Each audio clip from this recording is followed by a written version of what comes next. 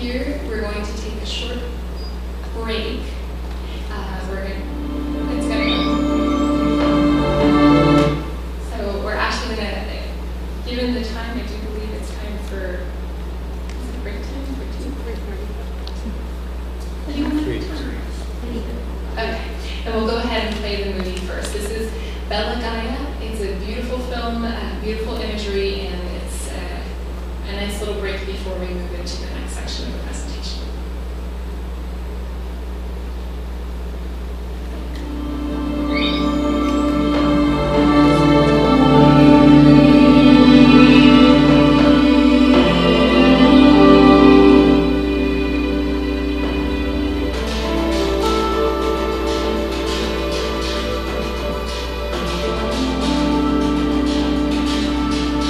First time in my life, I saw the horizon as a curved line, thus accentuated by the thin seam of dark with light or atmosphere. Obviously, this was not the original air I had been told it was so many times in my life. I was terrified by its fragile appearance.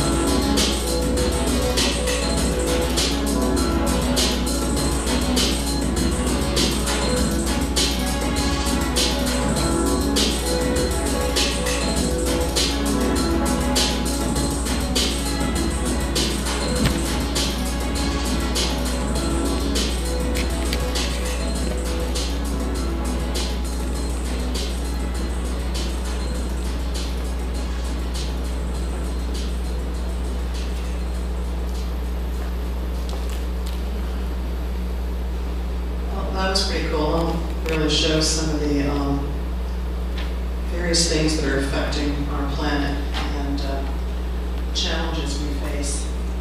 I think because we have such a small group here today, one of the things I like to do is do a little bit more of a breakout and workshop type session where we can do a little talking about what you all really want to come away with, and maybe about your individual situations and in your individual groups. So after we finish the first part of the presentation, we're going to break up into a couple of groups and really drill down on what you want to get out of this, and what questions you may have, would like to take away.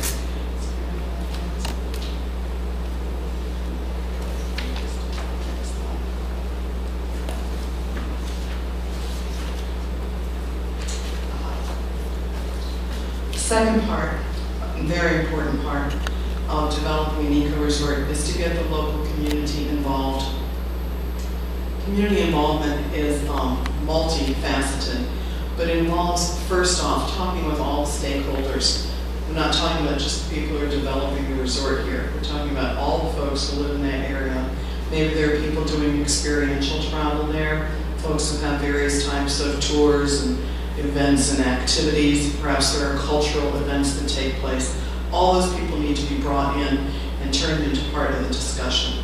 Employee participatory model, whereby the local community is vested with decision-making power regarding site location, construction, decor, and local employment. Ideally, the entire property and everything that you're doing, whether it's a property or a tour, should be working on local folks' talents. Okay? Maybe there's some stewardship from people you brought in from the outside, but the goal here is to empower the local people to run their own resorts and their own tours.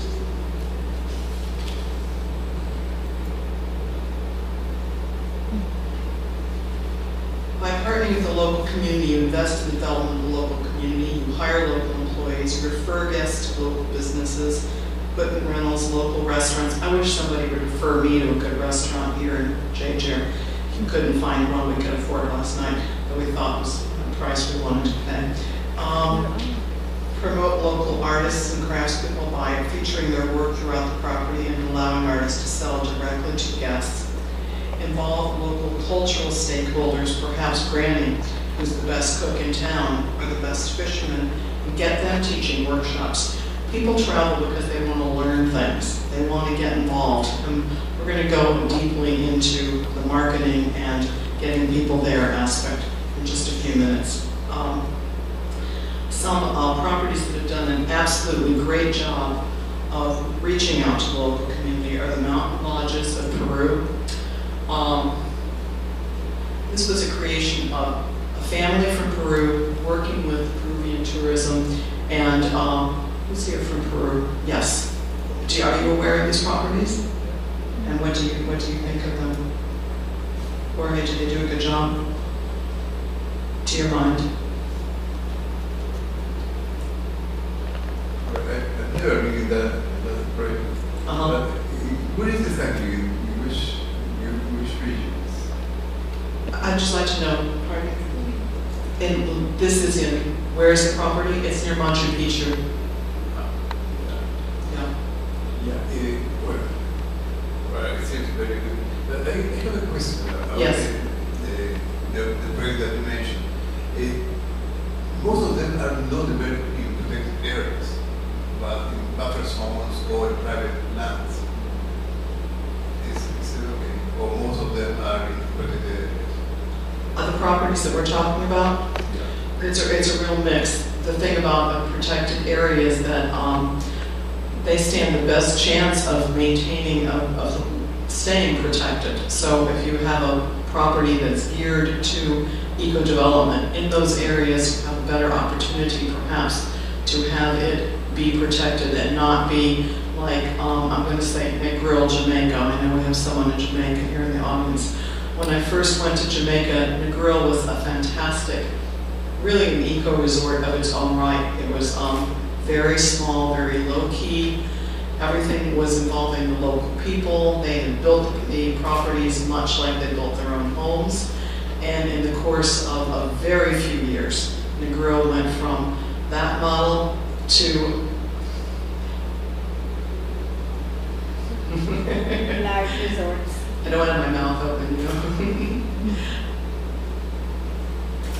Thank you. To an entirely different model where huge properties came in. It was not a protected area. Anyone could do it.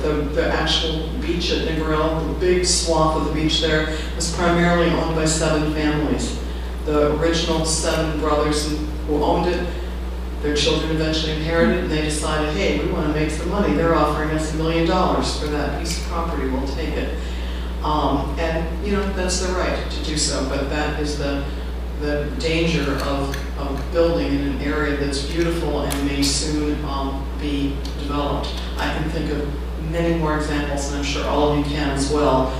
If you develop a resort and you make an area popular, the chances are they will come, and then a different type of development will take place. So we're suggesting building in protected areas. After all, in the world right now, there are 800 and some UNESCO areas.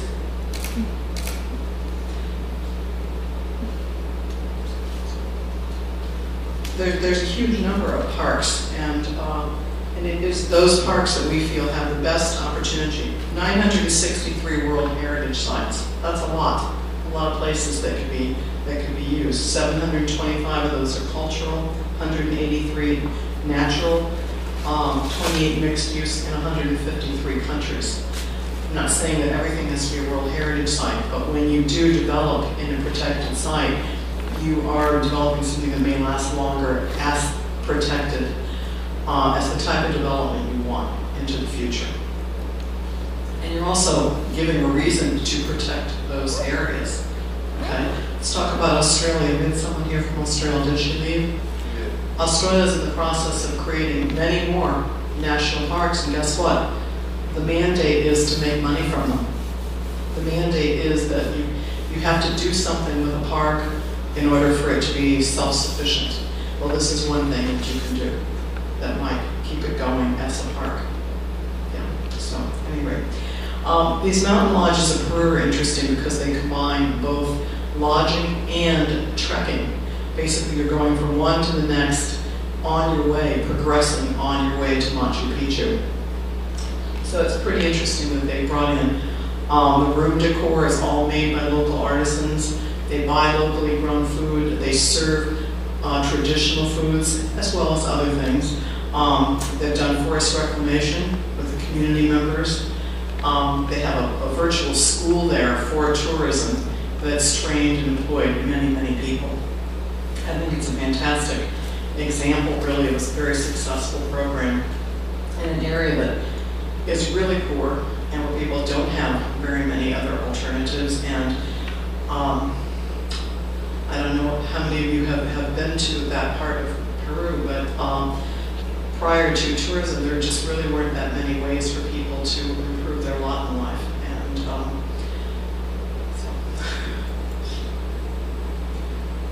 the Galuda Beach Lodge, the NEMA Foundation partnered with 16 local communities to implement projects that tackle the root causes of poverty and environmental devastation. The water rehabilitation alone has saved thousands of lives. They provide daily school meals to 800 kids, secondary school scholarships. They provide training to the people who work there in sanitation, HIV, hygiene, and nutrition, malaria prevention. It provides a huge base of local employment. Goods and services are all purchased locally. Black Sheep Inn donates books and school supplies to libraries and schools. Actually, guests before they arrive are sent a wish list of things that they might bring with them to donate, and school supplies and books are at the top of those lists. I think that's a great thing for any resort to get into doing. They contribute to teacher salaries, employ 75 to 99% local people, provide free internet and library access. They host handcraft workshops that support the local artists, and most products of food are bought locally. At this point, I think I want to talk just a little bit more about what each of you wants to take away from this, so that when we come back after tea, which I think we're going to have in a moment, we can focus in more directly on what you like. My particular specialty, and the area that I work in very extensively, is bringing guests to properties, how to market and work with that aspect of it. So I'd like to know how many of you are at the point where marketing what you're doing is something of great interest to you. May I see a show of hands? So you have existing things that you'd like to market. Okay, and the rest of you are looking to develop the property or whatever it is that you're going to make. Is that the case? Yes? Okay, good. So we'll talk about both of those things in a few minutes.